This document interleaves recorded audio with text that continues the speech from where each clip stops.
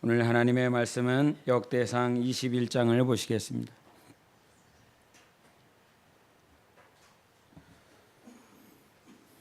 역대상 21장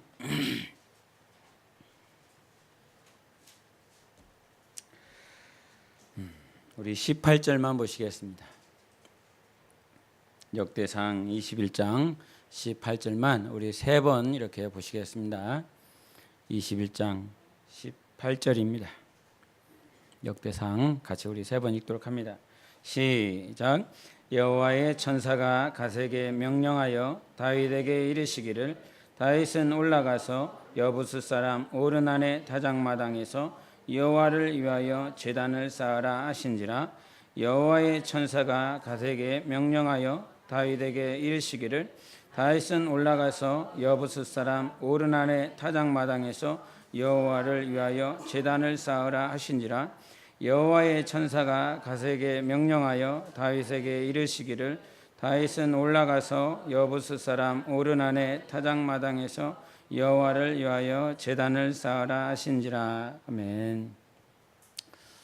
오늘 혹시 남북 정상회담 특보하시는 거 보셨습니까? 우리 김정은 위원장님께서 서울에 오신답니다. 보면서 주님이 왜 저렇게 일하실까 그런 생각을 해봅니다. 많은 우리가 뭐 중동을 바라보는 것도 또 주님께서 일하시는 과정인데 북녘 땅도 복음이 온전히 들어가지 못한 곳이 참 많이 있겠죠. 북녘 땅을 위해서 기도하고 또 소망해 봅니다. 하나님께서 일하셔서 그 나라가 하나님 나라 될 수 있도록 그렇게 기도하고 소망합니다. 오늘 말씀은 다윗의 인생 가운데 혹시 다윗이 몇 살에 죽었습니까? 다윗이 몇 살에 죽었습니까? 칠순잔치 하시고 돌아가셨습니다. 그래서 70살까지 살다 갔는데 이제 우리가 역대상 이렇게 보면서 알지만 그리고 역대상 뒤가 29장인가요? 29장인가 31장까지 이제 있을 텐데 29장까지 있는데 이 이제 곧 22장 지나서 23장 이렇게 나오는데 나머지 부분들은 이제 직분을 임명하고 제사장들이 해야 될 일들, 지휘들을 맡겨놓는 그런 일들이 등장합니다. 이 말인즉슨 이제 22장쯤 왔으면 다윗의 생애의 마지막 부분에 와 있는 것입니다. 다윗의 생애가 다윗이 여러분 어떻게 죽었습니까? 다윗 어떻게 죽었나요? 이렇게 생각해 보면 다윗의 이 열왕기 상하 이렇게 열왕기 하에 보면 그 열왕기 하에 아비삭이라고 하는 사람을 기억하십니까? 아비삭 누구죠? 아비가 삭 주는 거 아닙니다. 아비삭이라고 하는 여자가 있었죠. 예, 그 여자 젊은 여자를 우리 다윗의 침대 바로 옆에 동침하게 만들면서 그 여자의 청년의 젊음 가지고 다윗의 차가워지는 냉기가 도는 그 육신을 어떻게 해서든지 살려보려고 했었던 신하들의 갸륵한 충정이 있었습니다. 그럼에도 불구하고 다윗은 그러한 육신의 냉기를 회복할 수가 없었습니다. 그리고 그 당시에 다윗이 죽어가는 그 시점에는 평안했습니까? 아니면 전쟁이 있었습니까? 어떠한 환경이 있었습니까? 아주 그 다윗의 마지막 때는요 정말 너무나 시끄러웠습니다. 왜 그랬습니까? 왕권 때문에 그랬죠. 그 아도니아가 자기 왕권을 자기가 왕이라고 세우면서 결국은 다윗을 따랐었던 아히도벨이라고 하는 자를 자기 모사로 만들어 버립니다. 그가 사는 날 동안 다윗에게 충성하면서 다윗을 섬기면서 그가 정복하고 이스라엘 나라를 세우는 일에 정말 힘들게 또 그에게 지혜롭게 충성하였었던 그가 결국은 아도니아에게 돌아가면서 다윗을 평생 섬겼는데 결국은 대적하고 아도니아 편에 서게 됩니다. 결국은 시끄러웠죠. 분투가 일어났고 피 흘림이 있었고 냄새가 났고 그 다윗성은 항상 시끄러웠습니다. 밧세바는 자기 아들이 왕 삼아달라고 나단이 함께 들어가면서 그렇게 냉기가 도는 그 왕 앞에 들어가서 자기 아들 왕 삼게 해달라고 하나님의 말씀이니까 결국은 왕자들이 많이 싸우는 모습들이었습니다. 그러면서 저는 이게 어떻게 결론을 내릴 수는 없는데 왜 다윗의 삶은 그렇게 마지막까지 힘들고 어려웠을까 한번 생각해 보게 됩니다. 하나님 앞에 중성스럽게 하나님 마음에 합한 자로서 살아갔는데 그랬을까? 분명히 그 안에서는 하나님의 뜻과 상관없는 시간들을 보내고 있었기 때문에 그와 같은 어려운 시간들을 이렇게 보여주는 모습들을 다윗의 일대기를 이렇게 다윗이 몇 살에 왕이 됐죠? 다윗이 몇 살에 왕이 됐어요? 30살에 왕이 됐고 그거는 유다 왕 남유다 되었을 때 30살에 왕이 되었고 온 이스라엘의 왕으로 추대된 것은 7년 후에 있다가 37살에 추대가 됩니다. 그래서 그와 같이 온 이스라엘의 왕이 되어서 통치한 그 시간들 한 33년의 시간들을 이렇게 보내면서 그 왕의 모습들을 이렇게 보면 참 이 사람 하나님 마음에 합한 자라 이렇게 하나님께 칭찬을 들었음에도 불구하고 참 굴곡이 많았다. 이런 모습들을 이렇게 보게 됩니다. 제가 다 외울 수 없어서 이게 한번 흐름을 이렇게 말씀을 드리면 왕으로 부름을 받았습니다. 30살 때. 그리고 부름 받고 난 다음에 이방 민족들과 싸워서 승전을 계속합니다. 그것이 블레셋하고 암몬하고 아람하고 그다음에 여부스 족속이 다스렸었던 예루살렘 정복하는 그 과정들 이방 민족과의 싸움에서 계속 승전하게 됩니다. 그렇게 다 승전하고 나서요 어떤 일이 벌어지냐면요, 얘 다 승전했어요. 모든 나라들을 거의 정복했어요. 그리고 난 다음에 벌어진 사건이 밧세바 사건이에요. 모든 것들을 다 통치했어요. 염려가 없어요. 고민이 없어요. 평안해요. 그러니까 밧세바 사건이 나왔어요. 그리고 자기 충성스러운 그 신하 우리아를 죽여버리지요. 잘 가다가 한번 뚝 떨어졌습니다. 그리고 뚝 떨어지고 나서 헤어나오지를 못해요. 그리고 난 다음에 다말이 강간 사건이 있습니다. 그 다말의 강간 사건이 있고 난 다음에 암논이 죽죠. 자기의 첫째 아들이 죽었습니다. 그렇게 사랑했었던 압살롬은 자기 자리를 떠나버립니다. 그렇게 긴 시간 동안 고통의 시간들을 보냅니다.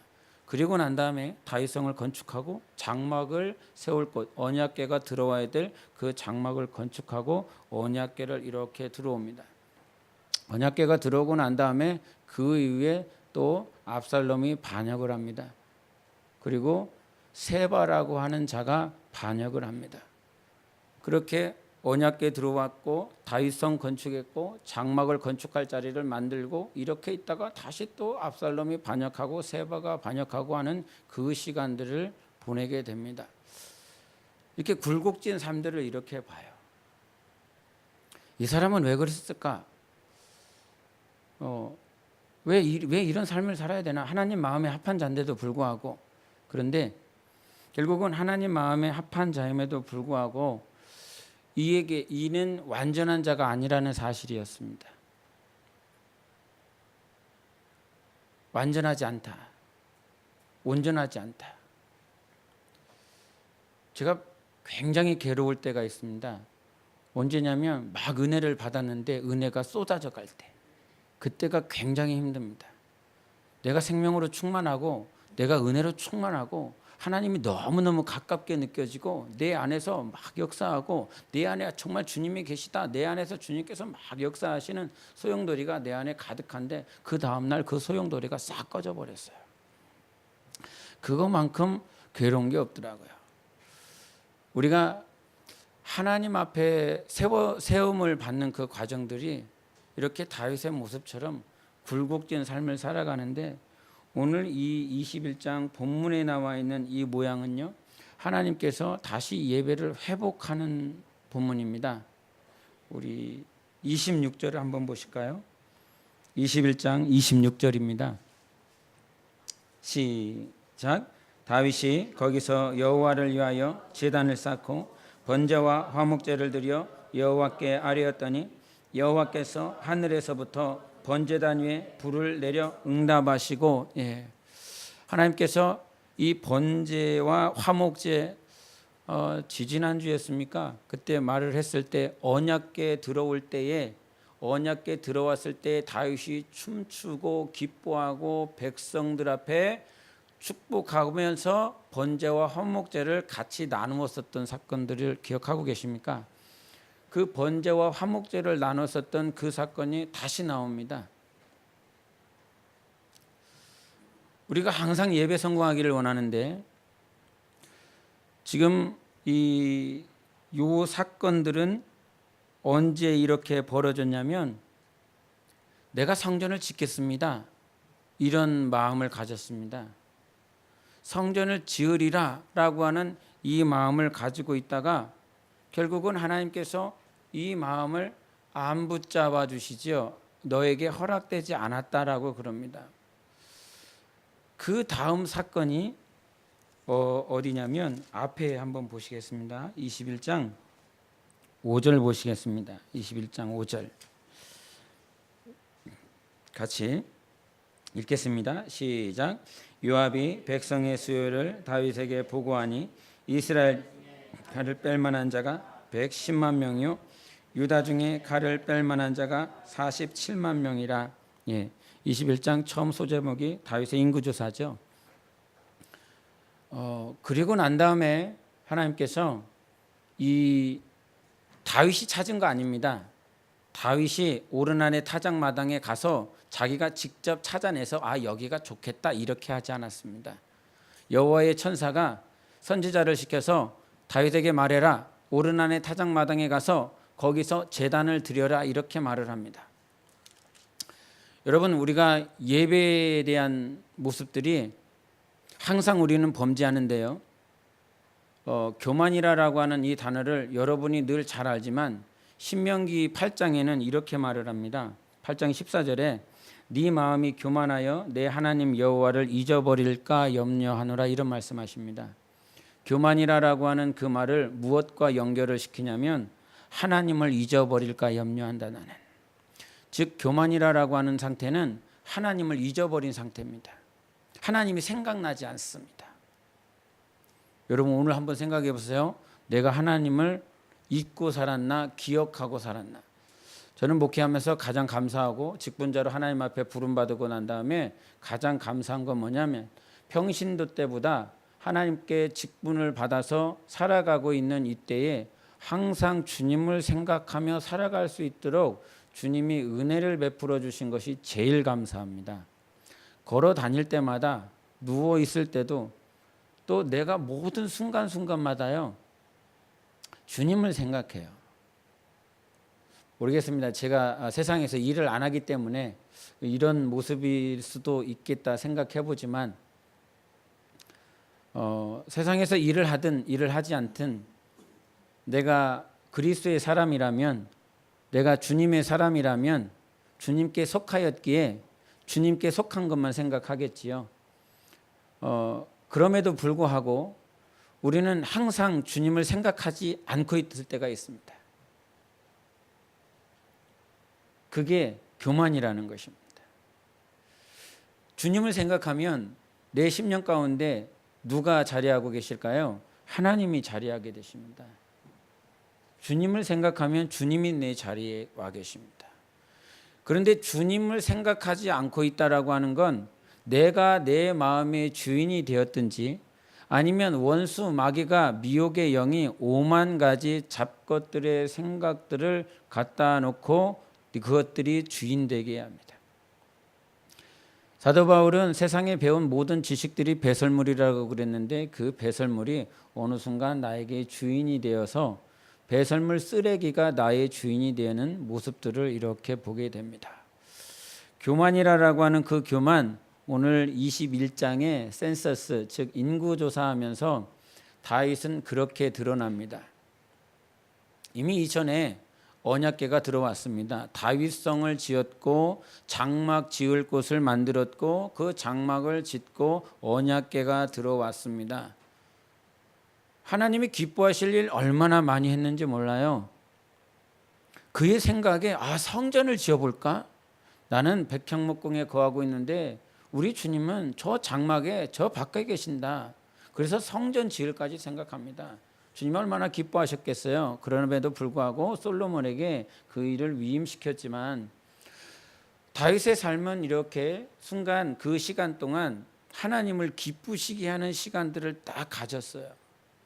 그런데 어느 순간 자기 백성들, 특별히 좀 전에 21장 5절에 읽었던 것처럼 이스라엘 중에서, 유다 중에서 공통적으로 헤아린 자들의 특징이 있습니다. 그것은 칼을 빼는 자라는 것입니다. 하나님께서 사무엘을 통해서 왕을 이렇게 선택을 할 때 너희들에게는 그 어떤 병력 아니면 전차, 군마 그런 거 상관없이 살아라, 이렇게 왕에게 말을 했습니다. 그 말은 하나님만 의지하면서 살라 하는 거거든요. 군사를 의지하지 말고 병력을 의지하지 말고 살아계신 하나님을 의지하며 살아야 되는 것이 왕의 신분이라는 것입니다. 그런데 이제 모든 것들 다 통일하고 정복하고 이미 언약궤가 들어왔고 장막은 지어졌고 자기는 다윗성에 있고 모든 것들이 평안한 그때에 틈타고 들어왔습니다. 교만이라고 하는 것들이 틈타고 들어왔습니다. 저는 이 모습을 보면서 우리가 철저하게, 여러분 제가 언제 들어왔습니까? 제가 틈타여 들어왔었던 그 순간 우리가 환경적으로 힘이 들고 어려우면 범죄하나? 라고 이렇게 스스로 저한테 이렇게 다니면서 물어봤습니다. 우리가 언제 범죄할까? 내가 돈이 없을 때 범죄할까? 돈이 없어서 범죄하나? 아니면 가정에 문제가 있어서 범죄하나? 이런 것들을 생각해 보면 전쟁이 났는데 그 전쟁 가운데 아버지 어머니가 없어. 전쟁으로 다 죽었어. 내가 먹고 살아갈 길이 없어. 마치 장발장처럼 굶어 죽을 것 같아. 그래서 결국은 빵 한 조각을 훔쳤네. 그렇게 해서 죄를 범할 수도 있겠다, 그런 생각을 합니다. 사회적으로, 사회 구조적으로 힘이 들고 어려운 빈부의 격차 때문에 지금 당장 지난 주간인가요? 어떤 사람이 자기가 교도소 가는 게 소원이랍니다. 그래서 편의점 가갖고 1,000원짜리 이렇게 훔쳐갖고 이렇게 자수했다라고 하는 소식이 들리더라고요. 교도소 가는 것이 더 편하니까. 세상에서 이미 이제 죄가 있는 자로 낙인 찍혔기 때문에 살아갈 방법이 없고 직업 구할 길이 없어서 그렇게 했다라고 하는 소식이 있더라고요. 그렇게 해서 사회 구조적으로 범죄할 수밖에 없는 그런 상황도 있겠다 싶어요. 그런데 그 모든 것들이 환경의 문제가 아니라는 것을 어디서 하나님께서 밝혀주시냐면 에덴에서 밝혀주셨어요.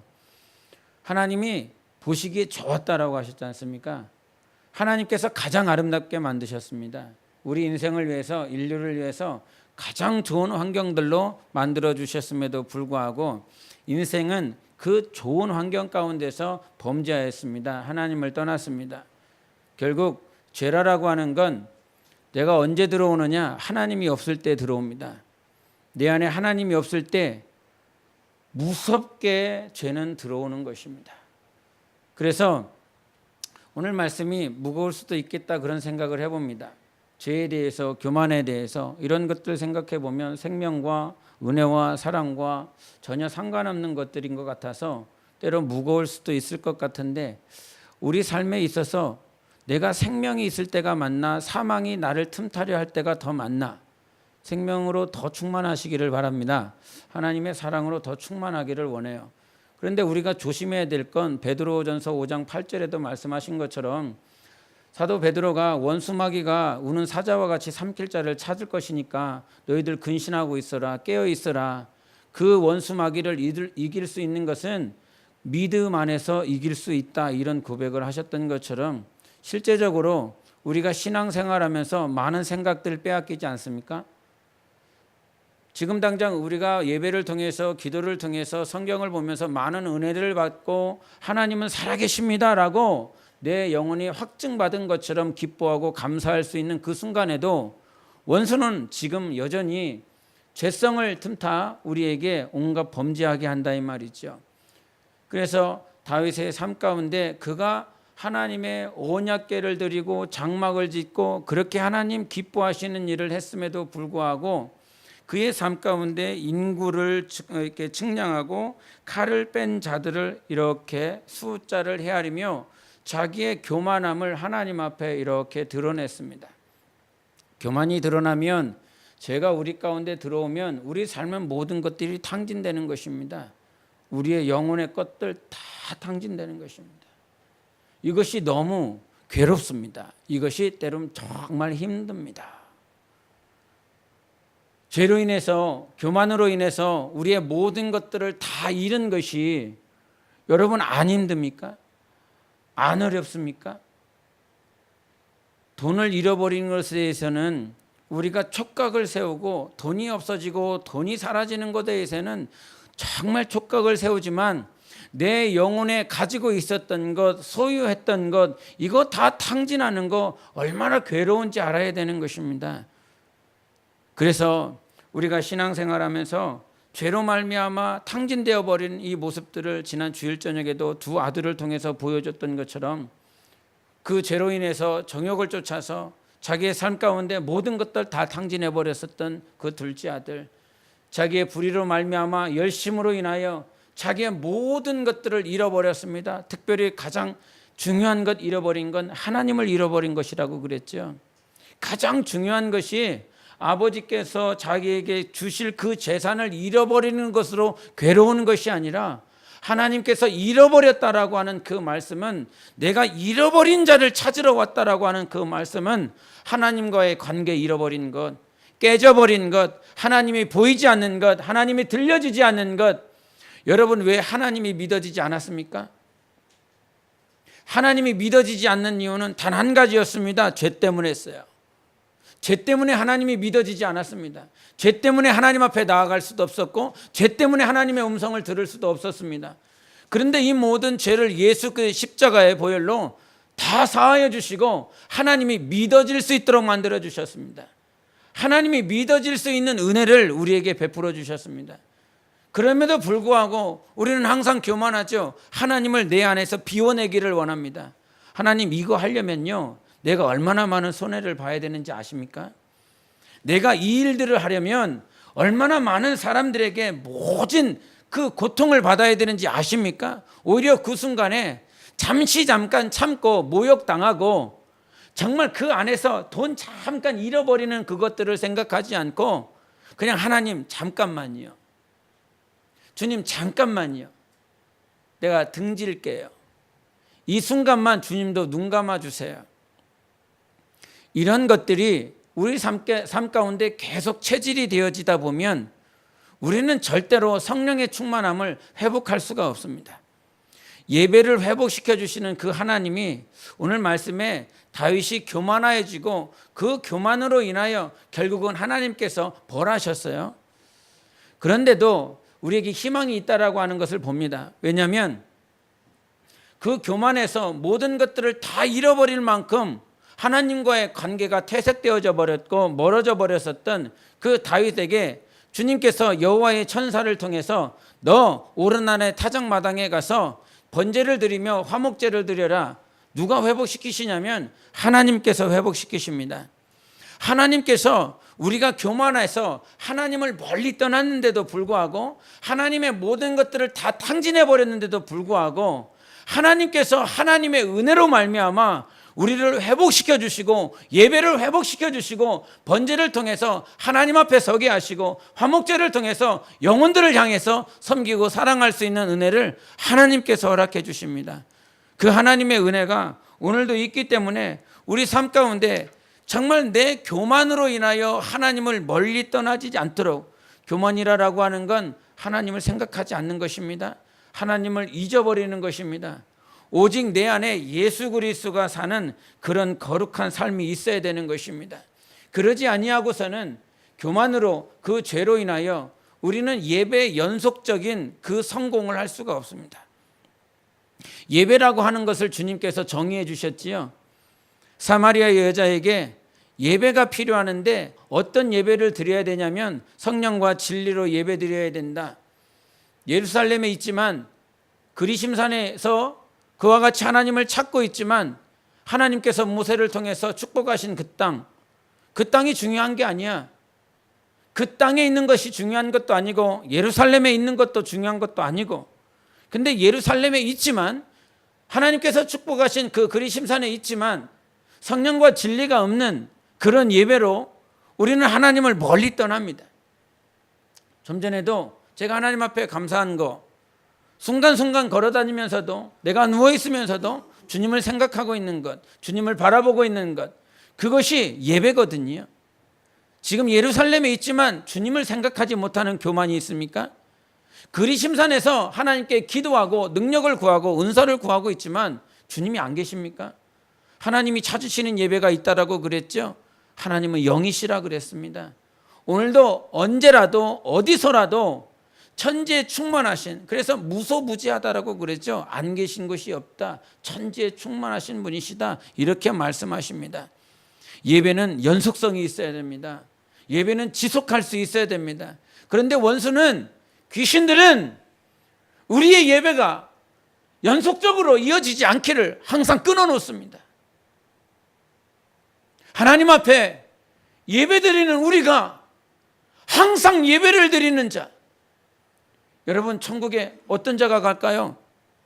성령으로 살지 않았다가 갑자기 천국에 가면 성령의 충만함이 생수의 강으로 충만해질까요? 그렇지 않습니다.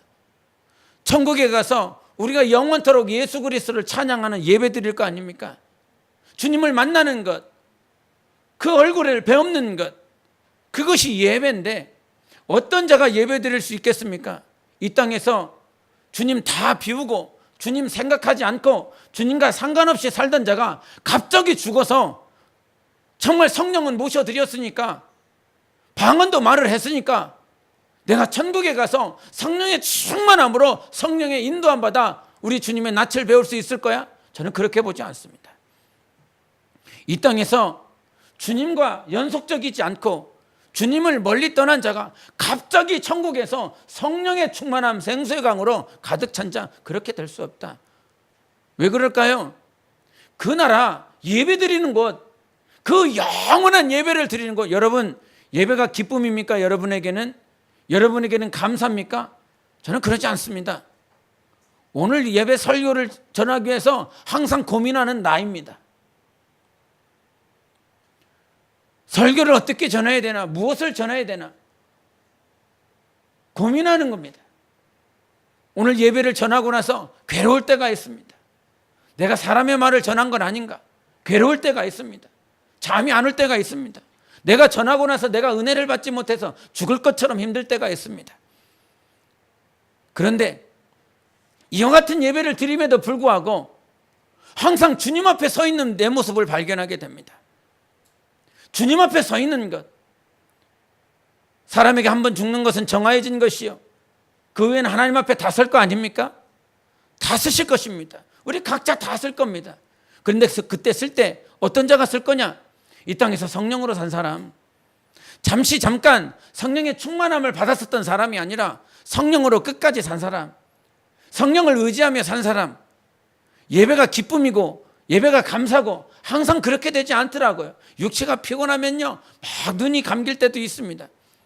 그러나 모든 순간들마다 성령 의지하는 사람, 성령으로 살려고 하는 사람, 그 사람이 하나님 앞에 서겠지요. 지금도 예배가 힘들고 어려워서, 지금도 예배가 정말 고돼서 우리 육신이 어려울 때 있습니다.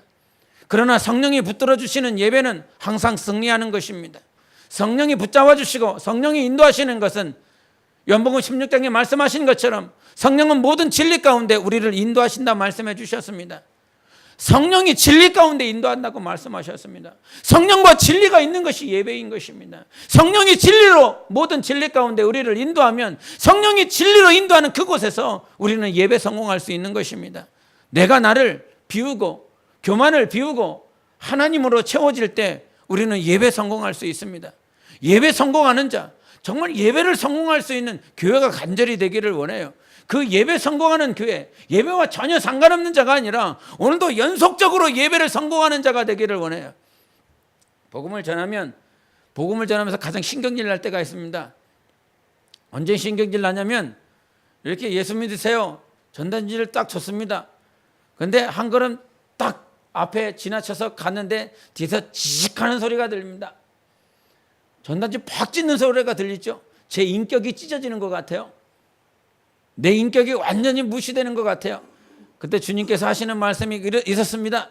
저들이 너를 무시하는 것이 아니라 네 안에 있는 나를 무시하는 것이다. 그러면서 주님께 또 은혜를 받죠. 그렇죠. 주님, 제가 무시받은 게 아니라 제 안에 계신 주님이 무시받은 것이지요. 그러면서 또 주님께 감사해요. 그런데 그 순간에는 내 마음이 찢어지는 것 같아요. 내 인격이 찢어지는 것 같아요.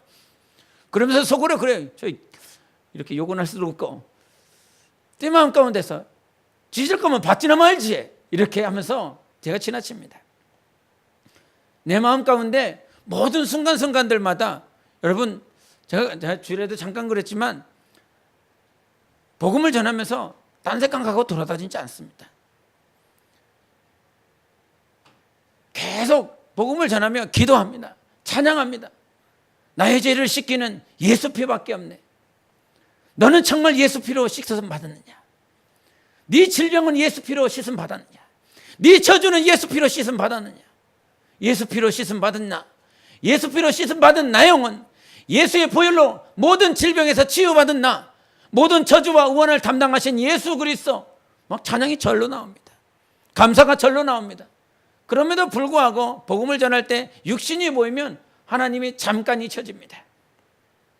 사람이 보이면, 무시를 받으면 잠시 잠깐 예수가 내 안에서, 복음을 전하는 그 순간에 예수가 잠시 잊혀지고 내 안에서 인격이 올라올 때가 있습니다.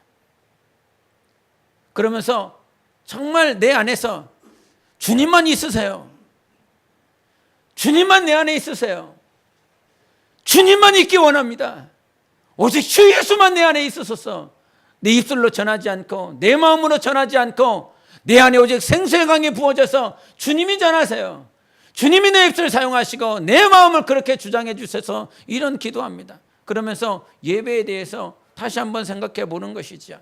내가 있는 이곳에서 주님 예배하기 원합니다. 내 입술과 내 손은 저들을 향하고 있지만 내 안에 내 심령은 주님을 향합니다. 주님만 바라보기 원합니다. 그러면서 계속 내 자신을 세워나가는 것입니다. 성령께서 이끌어 주시는 그런 예배, 성령께서 감동하시는 예배, 그런 모든 감사의 예배로 항상 24시간 드려지기를 원하지만 그렇게 되지 않는다는 사실, 다윗의 삶을 통해서 엎치락뒤치락하는 그 모습, 이렇게 잘 나가다가도 어느 순간 거꾸라지고 어느 순간 또 세워지고 또 거꾸라지는 그런 모습을 보면서 우리를 세워주시는 분은 하나님밖에 없다. 아무리 잘났어도, 아무리 성경을 많이 읽었어도, 아무리 기도를 많이 했어도 그 우리의 수고와 노력으로 세워지는 것이 아니라 하나님께서 너 가서 예배를 드리라, 저 오르난의 타작마당을 사서 내 앞에 번제를 드리고 화목제를 드려라. 번제를 드렸지만, 화목제를 드렸지만 하나님이 안 받아주면 어떡합니까? 내가 헌금을 드렸어요. 힘들고 어려운데, 세상에서 정말 한여름 힘들고 어려웠지 않습니까? 그렇게 힘들고 땀 삐질삐질 흘러가면서 돈 버는 거, 그 하나님 앞에 물질을 드릴 때 그렇게 하나님 드렸는데 나는 안 받겠다. 네가 주는 그 돈 나 더러워서 안 받겠다. 주님께서 받아주셔야 되는 거 아닙니까? 주님이 받아주셔야 창고에 쌓이는 것이고, 주님이 내 영혼을 받아주셔야 생명록에 기록되는 것이고, 주님이 나를 받아주셔야 하나님의 자녀가 되는 것이고, 하나님이 받아주셔야 그것이 은혜 아닙니까? 하나님이 걷어 받아주신 거, 예수 십자가의 피로, 예수 그리스도의 보혈로 나 받아주셨습니다. 주님이 나를 받아주셔서 나 아무것도 수고할 필요 없다, 아무것도 노력할 필요 없다, 오직 나에게만 돌아오고 오직 나에게만 와서 네 믿음으로 살아라, 나를 믿는 그 믿음으로 살아내기를 우리 주님께서 원하셨지요. 성전 건축하려고 했었던 이가 결국은 교만해져서 하나님 앞에 완전히 파쇄되지고 깨어집니다. 그런 깨어짐을 통해서 다시 한번 또 일어나게 하시는 이가 우리 하나님이신 거야. 그 하나님의 부르심 가운데 계속 그와 같은 엎치락 덮치락 하면서 이의 삶을 살았어요.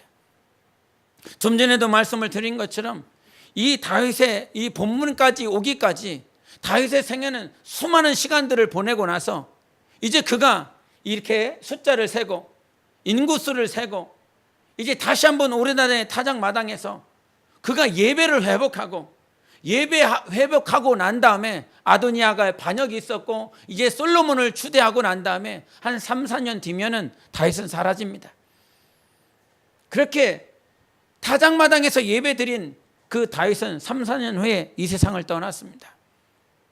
그런데 그 3, 4년 전에 이와 같이 타작마당에서 예배를 드리기 전에 그가 시를 지은 것이 있습니다.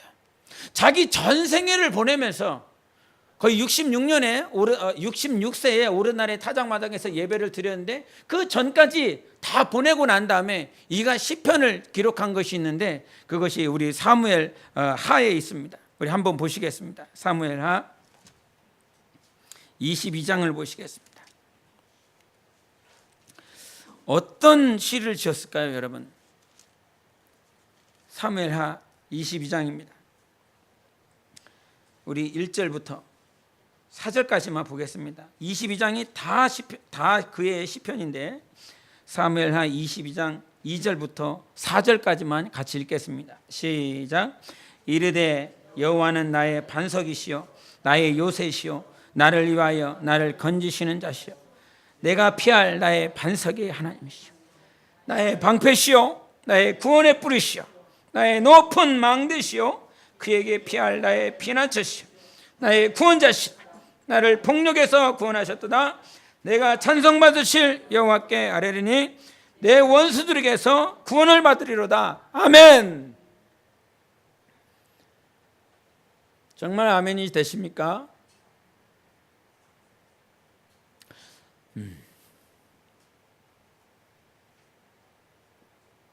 그렇게 굴곡진 전생애를 보내면서 이것이 시편 18편에 있는 그대로 나오는 겁니다. 그대로 나옵니다. 사무엘 22장에 있는 말씀이 시편 18편에 그대로 있습니다. 단어가 약간 다르긴 해도 그대로 나옵니다. 그렇게 굴곡진 삶을 살았는데 불구하고 자기가 교만할 때도 있었어요. 엎어질 때도 있었어요. 바세바를 간음할 때도 있었고 자기의 충성스러운 그 신하를 죽였을 때도 있었고 그렇게 하나님과의 뜻과 상관없이 살았을 때도 있었고 그렇게 하나님을 멀리 떠났었던 그 순간에도 있었는데 그런 순간들이 있었음에도 불구하고 다윗의 고백은요, 여호와는 나의 반석이십니다. 나의 요새시요 나를 위하여 나를 건지신 자요 내가 피할 나의 반석의 하나님이시요 나의 방패시요 나의 구원의 뿌리시요 나의 높은 망대시요 그에게 피할 나의 피난처시요 나의 구원자시라. 나를 폭력에서 구원하셨도다. 내가 찬송받으실 여호와께 아뢰리니 내 원수들에게서 구원을 받으리로다.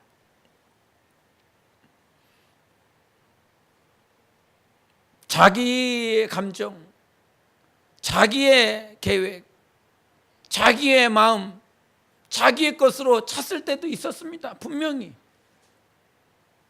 자기 것으로 채워졌었던 시간들도 있었습니다. 자기가 계획을 세워서 자기가 그 계획을 잃어보려고 했습니다. 자기의 욕정에 못 이겨서 범죄를 하기도 했었습니다. 그런데 그와 같은 전생애를 보내시면서 그의 고백은 그러다는 거죠. 하나님은 나의 반석이십니다. 나의 구원이십니다. 나의 방패십니다. 어떤 삶이 있어도 어떤 문제가 있어도 어떤 환경이 있어도 하나님은 나의 방패십니다. 하나님은 나의 피난처십니다. 예수로 채워진 것, 하나님으로 채워진 것. 주님은 그렇게 우리의 모든 것이 되시기를 원하셨습니다. 그 고백을 하는 거죠. 가장 높았을 때도 가장 낮아졌을 때도 이 다윗의 고백을 보면서 정말 이런 고백이 내 삶의 내 마지막 가운데 이렇게 되어지기를 원한다. 전 생애를 보내고 나서 이가 쓴 거예요. 모든 생애를 보내고 나서 내가 가장 힘들었을 때도 내가 그렇게 하나님 앞에 하나님이 보고 계시는 그 상황 가운데서도 내가 범죄했는데 그럼에도 불구하고 하나님은 나의 피난처시야. 나의 구원이시야. 내가 범죄했어도 하나님 나 구원하십니다. 내가 범죄했어도 하나님 나의 피난처가 되십니다. 내가 갈 수 있는 것은 예수 그리스도밖에 없지요. 예수 그리스도 외에 없습니다. 예수 그리스도 외에 갈 수 있는 것이 없습니다. 그래서 사도행전에 그러잖아요. 내가 모든 인류에게 구원을 얻을 다른 이름 준 일이 없다. 예수 그리스도만 내가 너에게 줬다. 하나님의 그 아들만 우리에게 주셨다라고 말씀하셨죠. 이것이 내 영혼의 감사입니다. 내 영혼의 기쁨입니다. 주님이 나 살려주신 거, 주님이 나 구원해 주신 거, 어떤 환경이 와도, 내가 어떤 범죄가 있어도 하나님은 나를 포기하지 않는 거, 하나님 나 들어 사용하시고 나를 붙잡아 주시는 거, 그것이 주님의 은혜예요. 그렇게 교만으로 가득 찼었던 그 다윗을 다시 또 부르셔서 예배를 회복하게 하시고 그 예배 가운데서 번제와 화목제를 받아주시는 분이 하나님이시거든요.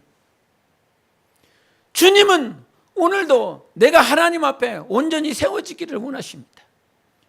네가 유형의 교회에 세우지 말라. 오늘도 찬양했죠. 가서 제자 삼으라고. 세상에서 세상을 향해서 가라고. 제자 삼으라고. 주님이 추수할 일꾼 먼저 찾아라 이런 말씀하시지 않습니까? 목자가 없어서 죽어가고 있는 저 양떼들을 향해서 저 목자에게 구해라. 추수할 일꾼을 먼저 달라고. 지금 우리 삶에 내가 정말 제자를 삼아야 되고 가르쳐야 되고 권면해야 되는 그 상황임에도 불구하고 우리 하나님은 여전히 나를 만들어가고 계시고 있습니다. 추수할 일꾼이 될 뿐만 아니라 제자로 세워가시는 그 하나님, 제자가 되겠다라고 주님의 뜻대로 살겠다라고 말을 하고 있지만 항상 교만해서 항상 범죄해서 하나님이 잊혀지고 하나님이 생각나지 않고 하나님이 멀리 있는 그런 모습에도 불구하고 하나님께서 미리 찾아와 주시고 하나님이 내 영혼을 회복시켜 주시는 것, 저는 이것이 정말 하나님의 감격인 거예요. 이게 진짜 은혜인 거예요. 무너져 있는 나를, 제가 오늘 이 찬양하려고 그랬거든요. 무너진 우리 삶을 일으켜 주님의 나라 품게 하시네. 진리로 우리를 인도하시는 성령님, 은혜의 예배 세워주시네. 삶으로 찬양하게 하소서, 삶으로 예배하게 하소서, 삶으로 사랑하게 하소서. 이 찬양할 거거든요. 무너진 우리 삶을 세워주시는 분이 주님이세요. 완전히 무너졌어요. 기둥도 없이 사라졌어요. 터도 없어요. 보이지도 않아요. 그런 터도 없고 무너져 버린 우리 삶을 주님이 세워주신다는 거죠. 우리 주님은요, 우리 삶을 포기하시지 않습니다. 절대로 포기하시지 않습니다. 어떤 삶이 있어도 포기하지 않아요.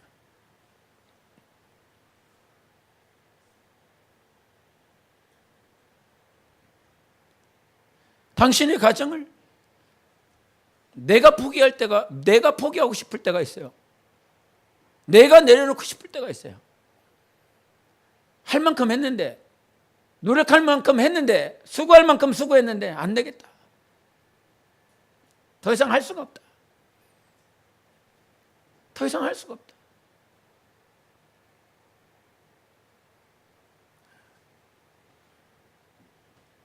어떤 교수가 이런 얘기 하더라고요. 결혼하기 전에 연애할 때는 사랑하기 때문에, 그 상대방을 사랑하기 때문에 최대한 배려하고 섬기고 헌신하는 그런 모습에 서로가 너무 좋은 거예요. 그런데 결혼하고 한 1년 지나 2년 지나면 모든 것들이 다 드러나서 강점보다는 장점보다는 약점이 먼저 보이고 단점이 먼저 보이고 치부가 먼저 보이고 더러운 것이 먼저 보이고, 연애할 때는 강점만 보이고 장점만 보이더니, 그래서 그것이 너무나 좋아서 결혼했는데, 이 모습 때문에 반해서 결혼했는데, 결혼은 1년 지나 2년 지나면 왜 저 사람은 저런 모습이었나? 내가 왜 그거를 보지 못했나? 왜 저 사람이 저 약점을 보지 못했나? 저런 치부를 내가 왜 알지 못했나? 그러면서 그 약점이 보이고 치부가 먼저 보이기 시작해서 이제 그 사람에 대해서 모든 생각들, 마음들이 비워지고 나면 자기의 언행들이 어떻게 변했냐면 모국어를 쓴답니다. 모국어. 그 모국어의 뜻을 mother's tongue이라고 그래요. 그 교수가 그렇게 하더라고요. mother's tongue language. 그러니까 이렇게 소원해지고 서운하고 이제 마음도 냉랭해지면 어머니가 쓰셨던 언어를 쓴다고 그럽니다. 자기를 키웠을 때 어머니가 자기한테 했었던 그 말을 그대로 한다는 거예요. 사랑의 언어가 나오지 않고 잘못했을 때, 못했을 때, 우둔했을 때, 실수했을 때, 범죄했을 때 했었던 그 어머니의 말이 자기에게 그대로 인식이 되어서 상대방에게 그대로 나온다는 거예요. 그래서 청년들한테 권면하면서 지금 상대방의 좋은 점, 강점 그런 거 보지 말고 그 집에 한번 가봐서 그 상대방의 아버지가 어머니가 어떤 언어를 쓰나 한번 그거 먼저 확인해라.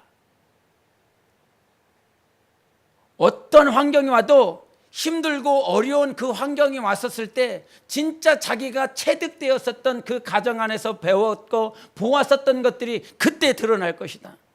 근데 아버지 어머니에게 듣고 보았었던 그 언어가 거룩하고 칭찬하고 격려하고 위로하는 것이었다면 그 배우자 간에 그 가족 안에 문제가 벌어지고 싸움이 벌어졌을 때 그때에도 완악한 말로 더러운 말로 상처 주지 않고 그 배운 그대로 비록 감정이 상하고 어려워서도 그 언어로 상대방을 끝까지 존중하고 위로해 줄 수 있다. 이런 얘기를 하면서 그 남자 그 여자가 가지고 있는 그 지식 돈 보지 말고 그가 가지고 있는 외모 보지 말고 그 집에서 어떻게 말을 하는지 그거 먼저 봐라.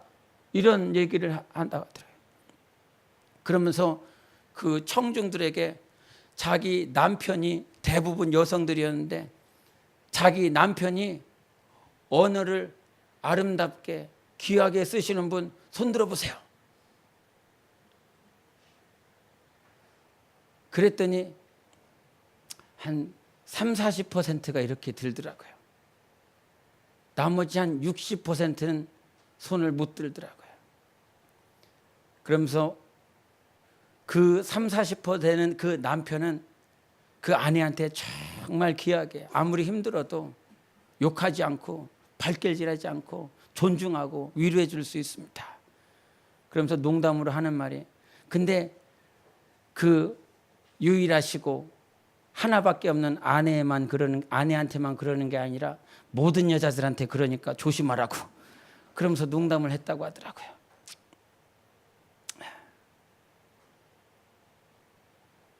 뭔 얘기를 하다 이쪽 왔는지 모르겠지만